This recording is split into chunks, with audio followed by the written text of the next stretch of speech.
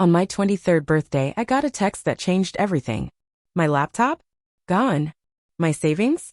Promised to someone else. And just like that, I was told to pack my things. But they didn't expect what I'd leave behind, a single folder that exposed the truth they'd spent years hiding. The next morning, still groggy, I checked my phone. 34 missed calls. 51 texts.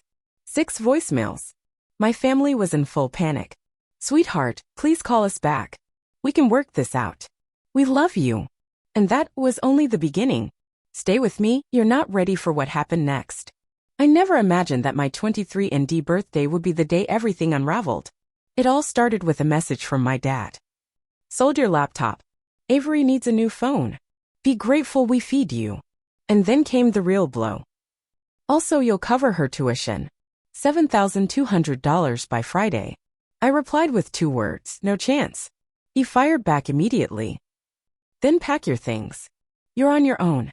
So that night, I quietly left. The next morning, I heard they found what I'd left behind on the kitchen table. Now Avery's in full deep concern and Mom's speaking loudly enough for the neighbors to hear. But before I tell you how everything spiraled, drop a comment letting me know where you're tuning in from. And if you've ever had to push back against family pressure or favoritism, hit that like button and subscribe because this story is for you. Let's rewind to where all of this really began. I'm Sierra Morgan, and up until recently, I was just a 23-year-old college student juggling 2 part-time jobs, grinding through my final semester. I'd been squirreling away every spare dollar, hoping to get my own place. But my parents insisted I stay home to save money, though you'll soon see how that plan completely backfired on me. The morning of my birthday didn't seem out of the ordinary. I woke up early, got ready for my waitressing shift, and headed downstairs. My mom, Karen, was already in the kitchen, scrolling through her phone while sipping coffee. "Happy birthday, Sierra," she mumbled, still focused on her screen. "Thanks, Mom," I said, pausing, hoping for a card, maybe a small gift, but nothing followed. She didn't even look up. "Don't forget to drive Avery to her friends later," she added, eyes still locked on her phone. I nodded, pushing down the familiar sting of disappointment. By now, I should have known better. Sitting on the counter was my MacBook Pro, my pride and joy. I'd saved tip money for nearly a year to buy it, just 4 months earlier. That laptop held everything that mattered: my thesis, applications, my design portfolio, and even personal photos. I gently closed it and slipped it into my bag before heading out. This wasn't the first time my birthday had taken a backseat to whatever Avery needed. When I turned 16, my parents canceled my small party because Avery had a last-minute soccer game. At 18, the graduation gift money from my grandparents vanished, later used for Avery's car down payment. By the time I hit 21, I stopped expecting anything at all. At least the Sunrise Diner, where I worked, felt a bit more like home. It was busy like always, but my co-workers hadn't forgotten. Carla from the kitchen brought cupcakes, and my manager, Daniel Reeves, even handed me a gift card to my favorite bookstore. "You're one of our most reliable workers," he told me with a warm smile. "We really value you around here." That moment of kindness hit deeper than I expected. At least somewhere, my hard work meant something. Later that afternoon, during my break, I stepped out into the alley behind the diner with a coffee in hand. That's when my phone buzzed. It was a text from my dad, Frank. "Sold your laptop. Avery needs a new phone. Be grateful we feed you." I stared at it, convinced I had read it wrong. My hands started to shake as I tried calling him, but he didn't answer. Instead, another message popped up. "Also, you'll pay her tuition. $7,200 by Friday." The ground felt like it shifted under me. He had sold my laptop, something I worked hard to buy, and now expected me to come up with thousands of dollars in just a few days? All for my sister. The same sister who had bounced between 4 college programs because she spent more time at parties than in class. Tears welled up as I tried to process it all. How could they just decide to sell something that belonged to me? Where was I supposed to find that kind of money in 3 days? I could barely type out a reply, but I sent the only response I had. "No chance." His answer came back in seconds. "Then get out. You're cut off." Just like that, on my birthday, I was being told I was no longer welcome. All because I wouldn't cover the cost of my sister's 4th try at college after they took and sold something I owned. Somehow, I made it through the rest of my shift, running on autopilot. I took orders, delivered food, and tried not to fall apart. My thoughts were spiraling. Where would I go? What about everything else I owned? How would I even finish school without my research and files? As I clocked out, Daniel noticed something was off. "Everything okay, Sierra? You seem a million miles away," he asked gently. I forced a quick smile. "Just some family stuff. I'll figure it out." But as I walked to my car, a used Honda Civic I bought myself, I could feel it in my gut. This was the start of something big. I didn't go home. Instead, I drove straight to Riley Nguyen's apartment. She'd been my best friend since high school, and if anyone could make sense of this mess with me, it was her. By the time she opened the door, one look at me was enough. "Oh, Sierra," she whispered, pulling me into a hug. "What happened now?" I sat down heavily and handed her my phone, my hands still trembling. "Wait, he sold your laptop?" Riley asked, her voice rising. "The one you saved for?" I nodded. "And now he wants you to pay for Avery's tuition?" "Yep," I said quietly. "It's always been this way." Riley brewed some tea while I walked her through the long, painful pattern in my family. It had always been clear. Avery was the favorite, the one who could do no wrong. And me? I was supposed to be the dependable one, the helper, the fixer. The invisible daughter. "Remember my high school graduation?" I asked. She nodded. The memory still stung. I had just been announced as a scholarship recipient, walking up to the stage, when my mom intercepted me. She was bursting with excitement, not for me but because Avery had just been named captain of the junior varsity cheer squad. That moment, everything I had worked for was instantly overshadowed. "And what about when I landed that internship with Bright Hatch Agency?" I added, the words tumbling out. My parents didn't come to the reception. Avery had a hair appointment for prom. Riley just shook her head. "I've never understood why they treat you like this," Riley said, shaking her head. And honestly, it wasn't just about the big things. All throughout my life, anything I owned was treated like it belonged to the whole family, especially Avery. Clothes would mysteriously vanish from my closet. Textbooks I needed for class would disappear, only to turn up later, damaged under Avery's bed. Even my first camera, a precious gift from my grandma, was taken on one of Avery's trips and brought back with a cracked lens. "I've been working 2 jobs throughout college," I told Riley, frustration rising in my voice. 2 jobs. Meanwhile, Avery had already dropped out of 4 different programs, never because she struggled academically, but because she was too caught up in social life. I ran a hand through my hair, trying to calm myself. She crashed her 3rd car last month. 3rd. And instead of facing consequences, she gets a brand new phone. And now I'm supposed to fund another round of college for her. Riley's eyes widened. "Wait, your thesis? Wasn't all your work on that laptop?" That question hit hard. A new wave of panic washed over me. "All of it was there," I said quietly. "Years of work, gone. My thesis, job applications, my entire portfolio." I buried my face in my hands. Everything felt overwhelming. "You can stay here for as long as you need," Riley said without even thinking. "The couch pulls out and Celeste's out of town for the next 2 weeks anyway." Celeste Vaughn, Riley's roommate, was a quiet nursing student who was usually busy with her hospital rotations. "I should probably call Aunt Diane," I said, reaching for my phone. She'd always seen through the way my parents operated. Linda Morgan, my dad's sister, had treated me with genuine care my whole life, something I never got from him. She picked up on the second ring. "Sierra. Happy birthday, sweetheart." At least someone had remembered. As I explained everything that happened, I could hear the sadness in her voice but not surprise. "Frank's always put Avery first," she sighed. "Your grandparents tried to talk to him about it years ago, but he never took it seriously.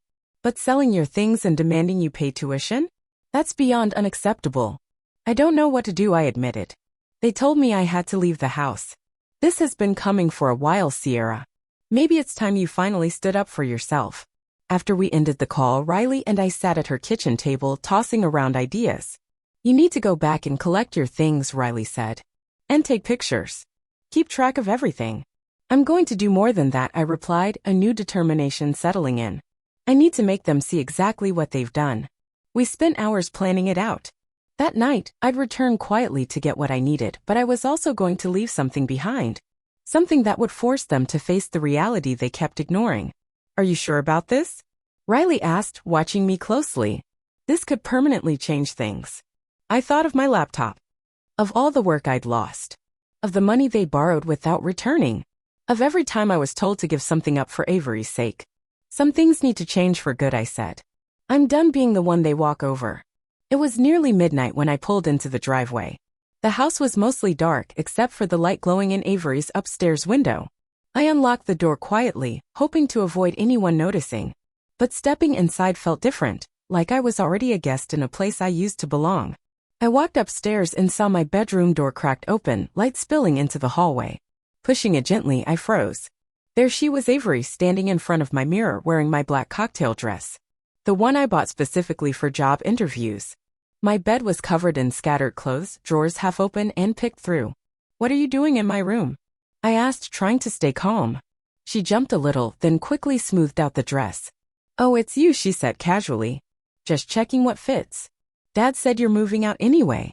The way she brushed it off, like my eviction was no big deal, made something twist inside me. I kept my tone steady. "That doesn't mean everything I own becomes yours." Avery shrugged, twirling in the mirror. "Mom said I could take whatever I want. You don't really need nice clothes for waitressing, do you?" I clenched my jaw but stayed silent. This wasn't just about the dress. It was about years of ignoring boundaries and brushing off respect. "Where's my laptop?" I asked. "Dad sold it to Gerald next door," she said, grinning. "His daughter's starting college. He got $1,050 for it. My new phone only costs $925, so I get to keep the extra. My $2,100 laptop, gone. Sold for less than it was worth so Avery could have not only a new phone but leftover cash?" My stomach turned. Did anyone stop to think it wasn't even his to sell? She rolled her eyes. "You're being dramatic. It's just a laptop. Besides, you were living here rent-free." "Not anymore," I said, reaching under the bed to pull out my suitcase. "And for the record, I've never lived here rent-free. I've always paid, just not in the way you think." As she continued picking through my clothes, making offhand remarks about my style, I packed in silence. Toiletries. Documents. The few keepsakes I couldn't leave behind. She watched like it was some kind of show. "So are you gonna pay my tuition or not?" she asked, like she was asking what's for lunch. "No," I replied flatly. "Well, Dad's gonna freak," she said with a little too much excitement. He already told the school it'd be paid by Friday. That was news to me. If he promised to cover it, then why's he expecting me to? Avery shrugged. "Something about teaching you responsibility. I think they're having money issues. Mom had to return a bunch of stuff she bought last week." I mentally filed that away. More pieces to the puzzle. Eventually she left, still wearing my dress and carrying a few more things with her. Once I was alone, I got to work. From under a loose floorboard beneath my desk, I retrieved a hidden stash of cash. $2,750 I'd saved slowly over the years. After realizing my parents occasionally use money from my account without telling me, I started keeping an emergency fund, just in case. Then I pulled out a box from the closet. It held every bit of documentation I'd collected over the years. Bank records with unexplained withdrawals. Notes about the money I'd loaned them. Receipts for bills I paid, utilities, groceries, even medical copays. It was all there. A detailed record going all the way back to my first job at 15. I stayed up the rest of the night sorting, copying, and organizing everything. At 2 a.m., I drove to a 24-hour print shop and made final copies. I put them in a neatly labeled folder. When I got back, the house was silent. I did one last sweep of my room, grabbed my bags, and headed out the door. Before leaving, I placed the folder I had prepared right in the center of the kitchen table, somewhere they couldn't possibly miss it. On top, I left a short note that simply read, "The truth about who's really been supporting who. No more." As I slowly backed out of the driveway for the last time, I felt a complicated wave of emotions. Grief for the kind of family support I had always hoped for but never received. Anxiousness because I had no idea what came next. But also freedom. For the first time, I was reclaiming my story. The dashboard clock read 4:17 a.m. In just a few hours, they'd wake up to the folder and realize I wasn't coming back. By then, I'd be safe at Riley's place, starting a new chapter. Whatever happened next, one thing was clear: I was done letting the people who were supposed to protect me take advantage of me instead. That folder on the table? It wasn't just paper. It was 7 years of carefully kept financial records. A final message to a family that had overlooked and undervalued me for far too long. The first section listed every bank withdrawal my father had made from my account, without permission, going back 7 years. Each line was labeled with the excuse I was given. House emergency. We'll pay you back next week. Just a little help with the bills. The total? $9,185, money I had earned through late-night shifts and weekend hours, all while attending school full-time. Next came the breakdown of household expenses I'd personally paid since turning 18. Electricity, groceries, even repairs around the house. All in my name. The documents showed I had covered roughly 65% of the household bills for the past 3 years. That came out to around $1,380 per month. Far more than what someone would pay for a room in a shared apartment, especially while attending school. Section 3 was the hardest to tally. The loans. Money my parents had asked for. Things like Avery's dance classes, my mom's dental work, even repairs on my dad's car. Despite many promises to pay me back, not one of those loans had ever been repaid. The total? $13,960. Then came the section that had started this whole deep dive, the college fund. My grandparents had set one up for me when I was younger. But when I turned 18, I was told the account had been lost to market issues. That didn't sit right with me, so I did my own digging. The truth? My parents had slowly used up without my knowledge. The total they took out? $24,000. I also included documentation my parents had hidden. Avery's academic records from the 4 programs she'd been enrolled in. Each one ended the same way, withdrawn or failed, yet they kept covering her tuition anyway. Thousands of dollars wasted because no one ever held her accountable. One of the most personal parts of the folder was proof of ownership for my laptop. The original receipt, my name on the warranty and insurance, and a screenshot showing comparable models online still valued around $2,100. My laptop had been sold for $1,050, and Avery got to keep the leftover money. At the very end, I placed 3 final documents. A detailed invoice adding up all the unpaid debts, withdrawals, and value of my laptop. $27,300. A letter written by my friend Jason Patel, a law student who focused on family and financial matters. He explained the potential consequences of continued misuse and outlined that I was open to resolving this quietly, but ready to pursue options if needed. A copy of the written documentation I prepared about the laptop being given away without my knowledge. I hadn't named my father, not yet, but the report officially documented what happened. The note on top of the folder made one thing clear. I wouldn't be speaking to anyone in that house until full repayment was made. What I couldn't include in the folder was the emotional toll. The birthdays they forgot, the milestones they ignored, and the years I was made to feel like Avery's needs always came first. Still, I hoped the financial facts would be a wake-up call. Maybe, just maybe, they'd finally see the bigger picture. Later that morning, I sat down heavily onto Riley's pull-out couch, completely drained, physically and emotionally. I couldn't help wondering how long it would take for them to find the folder. Would they take it seriously?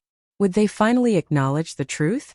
Or would they try to twist the story like they always had? Either way, I knew I'd made the right decision.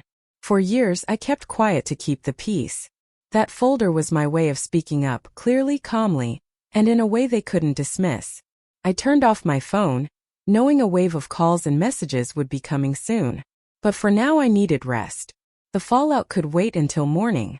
I managed to sleep for 3 hours before I was woken by my phone vibrating nonstop. Still groggy, I checked the screen. 34 missed calls. 51 texts. 6 voicemails. They found the folder, I muttered to Riley, who was already in the kitchen making coffee. That didn't take long, she said, handing me a hot mug. You ready for this? I took a deep breath. As ready as I'll ever be. The first text had come in at 6:58 a.m. from Avery. What did you do? Mom and Dad are freaking out. That was followed by a flood of messages. My dad looks very upset. Mom's crying. They think you're taking them to court. Call home right now. The voicemails weren't much better. My mom started off very upset, but panic soon crept into her voice. Sierra Elizabeth Wilson, you come home this instant and explain yourself. How could you leave something so one-sided and damaging? That was the first voicemail from my mom. Then came a softer tone. Sierra, please, we need to talk this through as a family. Your father's very upset. There are explanations for everything in that folder. And finally, the emotional appeal. Sweetheart, please call us back. We can work this out. We love you. My dad's messages were a lot more blunt. You're ungrateful. After all we've done, this is a complete misrepresentation, and you know it. And then, warning, Telling this version might make things more complicated for everyone. You'll end up hurting yourself with this story. But as the hours passed, even his tone shifted. Sierra, let's be reasonable. We can discuss the laptop. Call me. But the message that caught me most off guard came from my grandmother, Eleanor, my dad's mom. She rarely got involved in conflicts. She usually stayed neutral, always trying to keep the peace. But not this time. Sierra, it's Grandma Eleanor. I just got off the phone with your father and I don't even know what to say. I had no idea things had gotten this bad. She paused. Your grandfather and I are coming into town tomorrow. Don't speak to your parents until we've talked. Call me when you get this. Wow, Riley said as I set down my phone. She sounds very upset, I replied, still processing. She's never taken a side before. Ever. Maybe this time she can't stay out of it, Riley suggested. Maybe it's finally too much to ignore. I turned my phone off again. The messages could wait. Right now I needed room to breathe and to figure out how to move forward. Later that morning, Riley's landline rang. It was Richard, my manager at the diner, calling to check on me after I hadn't shown up for my shift. I'm really sorry, I started, but he gently interrupted. Riley told me what's going on. Don't worry about today, he said. Take the day off. If you need extra shifts or in advance, I can make that happen. His kindness nearly brought me to tears. Thank you, Richard. I'll be there tomorrow. That afternoon, a few close friends showed up at Riley's apartment with more support than I could have imagined. Erica Lynn brought her extra laptop for me to borrow. Leo Ramirez, who studied computer science, offered to help recover anything from my cloud backups. And Naomi Brooks arrived with a bag of groceries and prepped meals for the freezer. We've got your back, Naomi said, hugging me. Whatever you need, we're here. It was overwhelming in the best way, to be reminded that real support existed, even when it hadn't come from my own family. Around 5 p.m., Aunt Linda arrived. Her face was serious, but her eyes were determined. I went to your parents' place, she said without even sitting down. It's chaos. Your dad is pacing and raising his voice. Your mom is frantically calling around for money, and Avery, well, she's having what can only be described as overwhelmed. What happened? I asked. Apparently, learning your parents haven't been honest about money for years has thrown her into a full-blown identity crisis, Linda said, almost sarcastically. But that's not why I'm here. There's something you need to know. She placed a folder on the coffee table. Avery's tuition? It was already paid weeks ago, she said, by a trust fund your grandfather set up for both of you. I stared at her. What trust fund? Her face softened with a mix of guilt and frustration. Your grandfather set up equal trusts for you and Avery when you were born. You were supposed to be told about it when you turned 18. She hesitated. But Martin convinced the trustees you weren't ready to handle it. The words hit me like a punch. So there was money for my education? Money that belonged to me? Yes, she confirmed. And it's more than enough. Not just for your undergrad but grad school too. The rest becomes available when you turn 25. I blinked, stunned. But Dad said I had to take out student loans. I've been working 2 jobs to stay out of debt. Frank's been managing your portion of the trust as the executor, Linda explained. And when Avery used up hers after dropping out multiple times, he began reallocating some of my trust resources to support Avery's needs. The scale of it all hit me like a slow-moving wave. This wasn't just about being taken advantage of. He redirected funds intended for me without my knowledge that was legally mine, while telling me to work harder and be more responsible. Can we fix this? I asked, trying to steady my voice. Linda gave me a small, firm smile. Your grandmother's already working on it. She'll be here tomorrow with the family lawyer. Your father's control over those funds is coming to an end. As Linda left, promising to return with Eleanor, I sat there in complete disbelief. Things were even worse than I had realized. But strangely, I felt stronger than before. This wasn't just about a toxic dynamic anymore. This was about financial control and legal boundaries being crossed. What are you thinking? Riley asked quietly. I looked up at her. I'm thinking the folder I left behind was just the first step. There's more that needs to come out. 10 days later, my birthday, I was settling into the spare room at Aunt Diane's house. She insisted I stay there, said Riley had already done more than enough. The peaceful suburban space was exactly what I needed to get my footing again. Her son, my cousin Max, was home from college for spring break. He flopped into a chair across from me in the living room, eyes wide. "Sierra, it's like a full-blown soap opera over there," he said. "Uncle Martin is in damage control mode, but nobody's buying it anymore." According to Max, the folder had detonated a bomb in the family. And Avery? She completely fell apart after discovering just how long our parents had been hiding the truth. Avery found out they've been using her trust fund to pay for household expenses after draining yours first, Max explained. "She's very upset. Especially after being told all this time that you were just the responsible one and that everything was fine financially. Has she said anything to you?" I asked, surprised by the idea that Avery might actually be seeing things clearly now. Max shook his head. "Not directly. But Grandma says she's been asking questions like how you're doing, where you're staying. I think she's starting to realize just how deep this all goes." Meanwhile, my mom had started calling every relative, claiming I'd run away, and asking for financial help to support poor Sierra. But her version of the story kept changing depending on who she was talking to, and pretty quickly, people began to connect the dots. Even more surprising was that my father was now being questioned by his own mother. At 78 years old, Margaret had marched straight into their house with her lawyer by her side, demanding a full explanation of where the trust funds had gone. "Grandma's on the warpath," Max said, with something between awe and relief. "She told Uncle Martin she's taking him off as trustee of all family funds. And she's considering all available options to address the situation if he doesn't cooperate with the full audit." Family members had started picking sides, but not the way my parents expected. Once people saw the documents I left behind, most of them stood by me. Years of watching my parents favor Avery while expecting me to carry all the weight hadn't gone unnoticed. If anything, they were relieved someone had finally said out loud what they'd all suspected for years. Later that afternoon, the doorbell rang. Max peeked through the curtain. "It's Avery," he said, his voice filled with surprise. I paused, unsure if I was ready to deal with her yet. But curiosity got the better of me, and I gave Max a nod. Avery stepped inside, looking nothing like the confident, carefree sister I knew.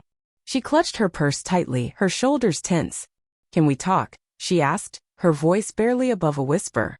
Max made a quiet exit while I led her to the kitchen. We sat at Aunt Diane's table facing each other.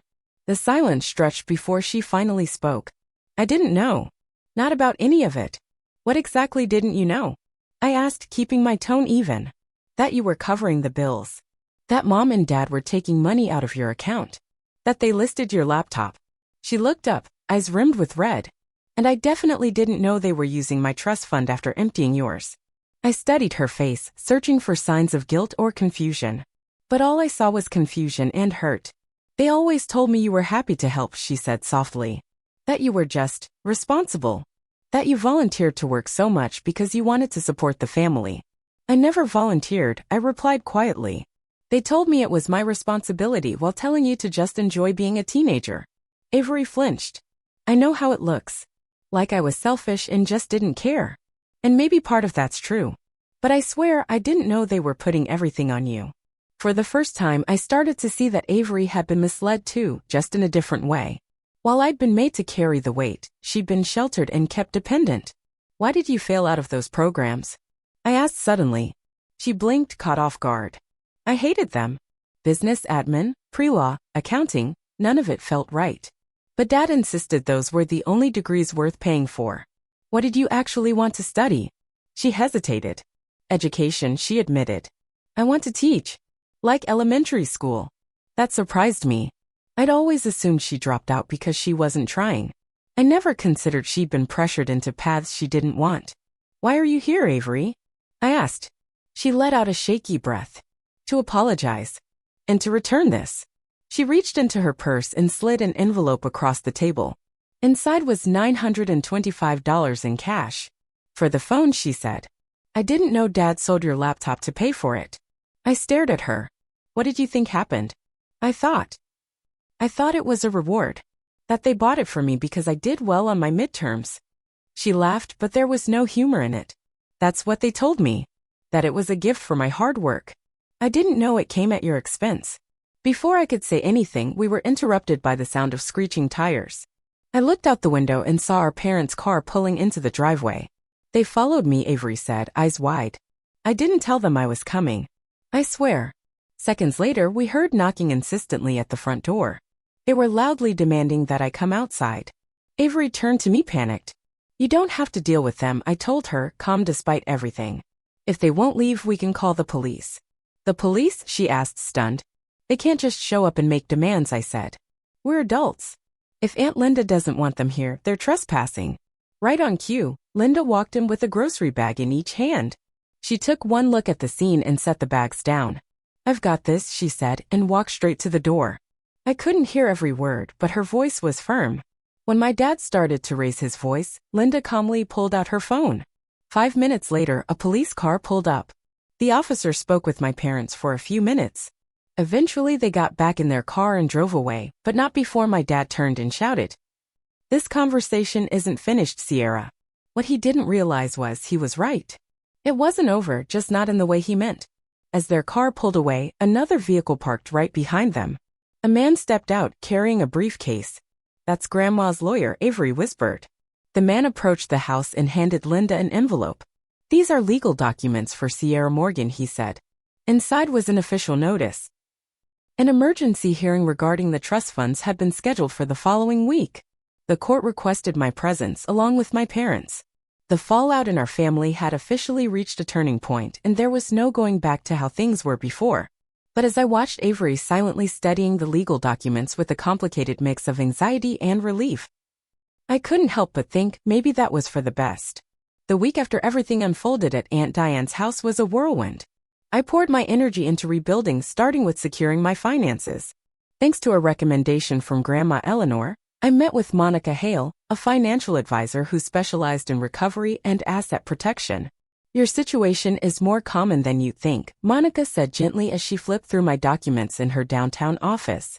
Family-related financial issues often stay hidden because of the emotional layers involved. With her help, I opened new bank accounts, added strict security measures, and began gathering formal documentation of what had happened, for future use if needed. The trust situation was resolved through formal legal channels. Monica explained. But let's make sure what you have now and what you earn going forward is protected. Next, I turned to the practical matter of work. I needed a job that could better support me while I finished my degree. Richard, my old manager from the diner, had a connection at Callahan Marketing Group, a well-known firm downtown. He helped me land an interview. Walking into that modern glass office, I felt nervous. I was wearing borrowed clothes and holding a resume I printed at the campus library. But Claire Donovan, the woman conducting the interview, focused on what really mattered. Tell me about a challenge you've overcome, she asked. I took a breath and gave her the abbreviated version of recent events. I didn't go into family drama, but I made sure to highlight my resilience and problem-solving skills. So let me get this straight, she said, eyebrows raised. You've maintained a 3.7 GPA, worked 2 jobs, and essentially held things together on your own, and now you're rebuilding. Yes, I said simply. I've learned a lot about what I'm capable of. That's exactly the kind of mindset we value here, she said with a warm smile. We have a part-time opening for a marketing assistant. It could grow into a full-time role after graduation. The schedule is flexible and the pay is significantly better than service work. The offer was better than I expected, twice what I made at the diner with fewer hours. I accepted immediately. With work and finances on steadier ground, I turned my attention inward. Dr. Amelia Ross, a therapist who specialized in family dynamics, helped me begin unpacking the deeper emotional patterns. What you've described sounds like a classic golden child and unequal expectations placed on siblings, she explained during our first session. Your sister was idealized, and you were expected to be the one who handled everything, often at your own expense. But why? I asked, the question that had lived in the back of my mind for years. These roles often reflect your parents' own unresolved history, she said gently.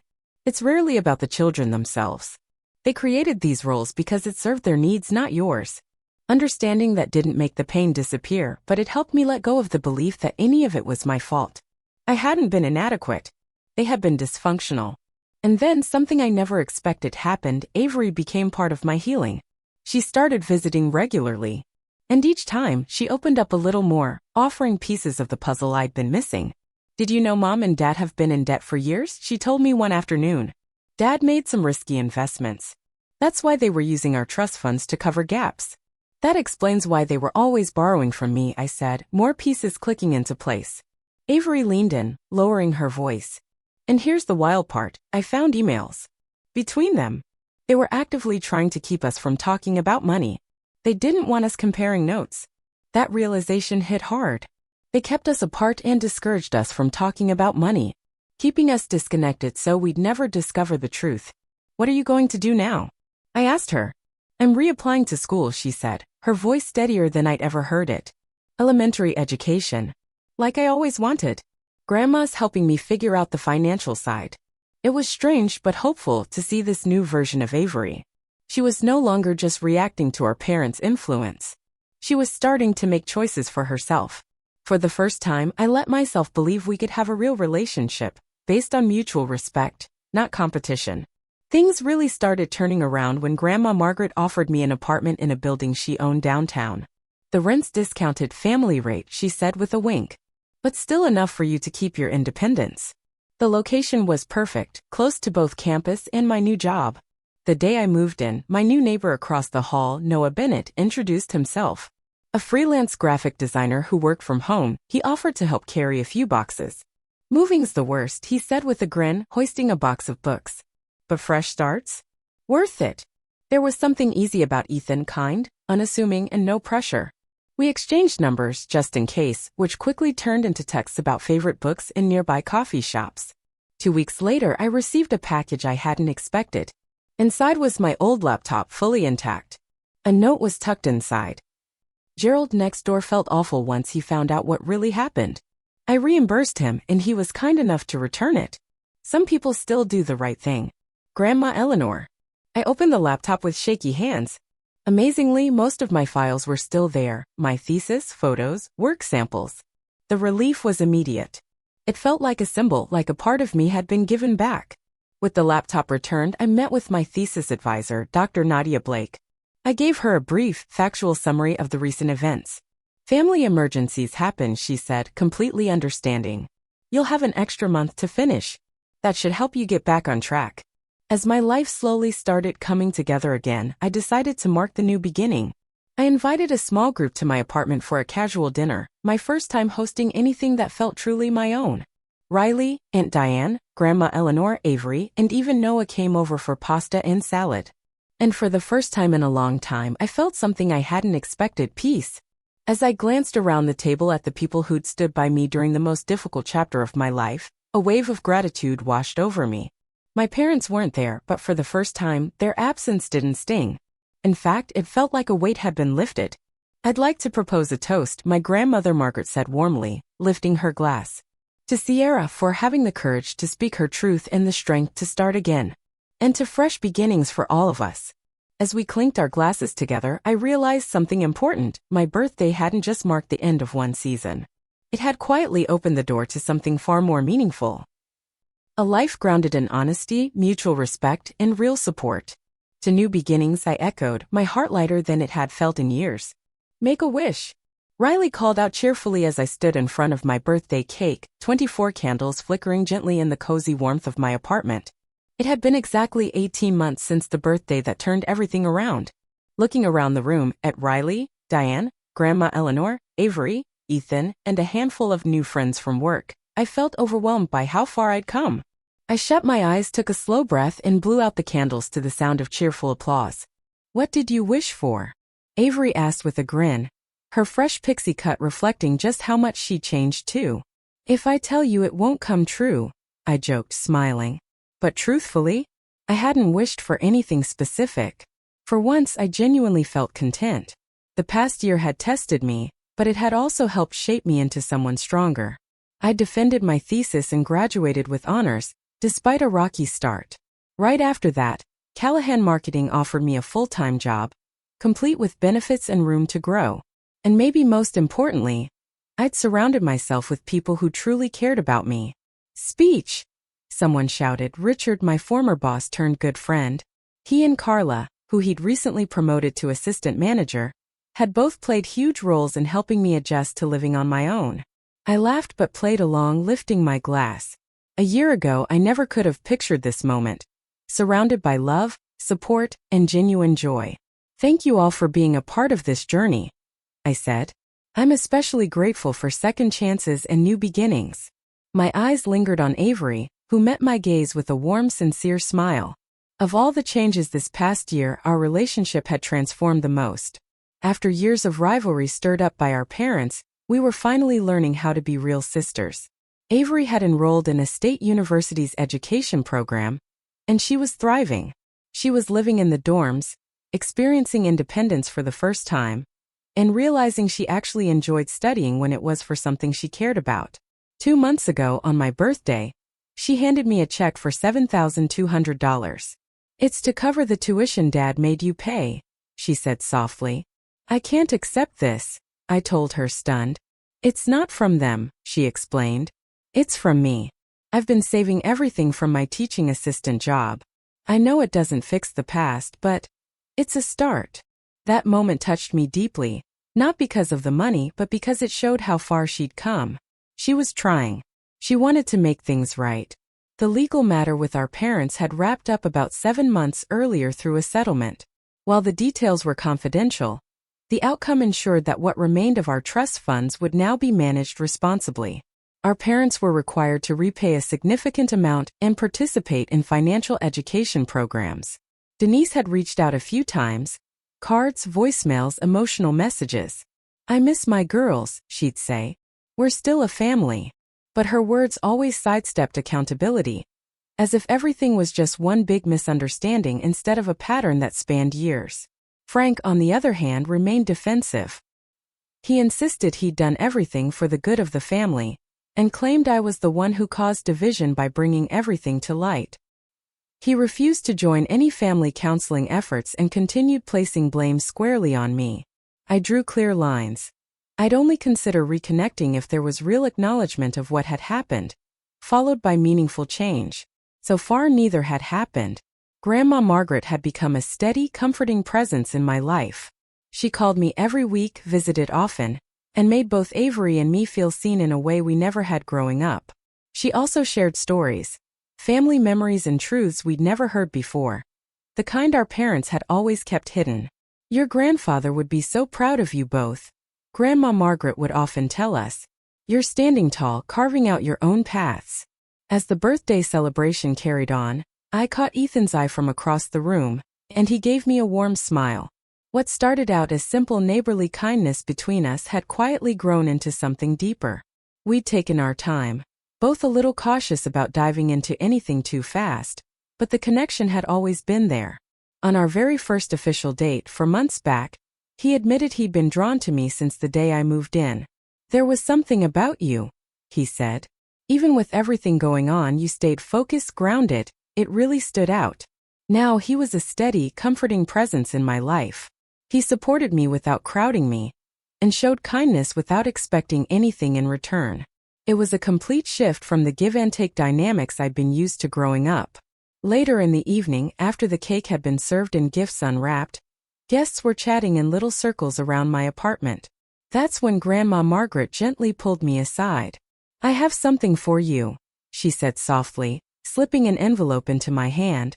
It's not really a birthday present, more of a legacy. Inside was a deed to a small piece of land tucked away in the mountains, property that had been passed down through our family for generations. Your grandfather always meant for this to be yours, she told me. He saw something in you, strength, a connection to nature. She mentioned the old cabin needed work, but that it could become a peaceful retreat, somewhere I could truly call my own. I felt tears sting my eyes as I wrapped her in a tight hug. Thank you, I whispered, my voice catching. For everything. As the night came to a close and guests started saying their goodbyes, Avery stuck around to help tidy up. While stacking empty plates, she looked over and asked, Do you ever wonder what would have happened if Dad hadn't sent that message last year? I thought about it for a moment. Honestly, I probably would have kept repeating the same cycle, just giving and giving until I had nothing left. Avery nodded slowly. I'm sorry it took something so intense for things to finally shift, she said quietly. I'm not, I answered, surprising myself with how sure I sounded. Sometimes you need a clean break to create something stronger. After everyone had gone, I stepped out onto my little balcony and gazed at the city lights below. The past year had taught me lessons I didn't know I needed about setting boundaries, seeing my own worth, and choosing the people who truly felt like family. That birthday wish I hadn't made? I realized I didn't need one. The greatest gift I could have asked for had already found me. The freedom to shape my life on my own terms, surrounded by people who valued me, not for what I could offer, but simply for being myself. Just as I was heading back inside, my phone buzzed. A message from Ethan, "Happy birthday again. Dinner tomorrow." I smiled as I typed back, "Absolutely." My turn to cook. Some might see my story as one of loss of letting go of the family I was born into and of the parents I once hoped would be different. But I've come to see it another way. That unexpected birthday message? It didn't break me. It gave me something far more valuable. The chance to rebuild a life grounded in honesty, respect, and real love. And for that, in a strange way, I'm thankful. What about you? If you were in my shoes, would you have quietly walked away, or stood your ground and spoken up? Let me know in the comments. If you've ever had to create space from difficult family dynamics, give this video a like and subscribe for more stories about growth, healing, and new beginnings. Thanks for watching, and remember, sometimes the toughest decisions lead to the most beautiful transformations.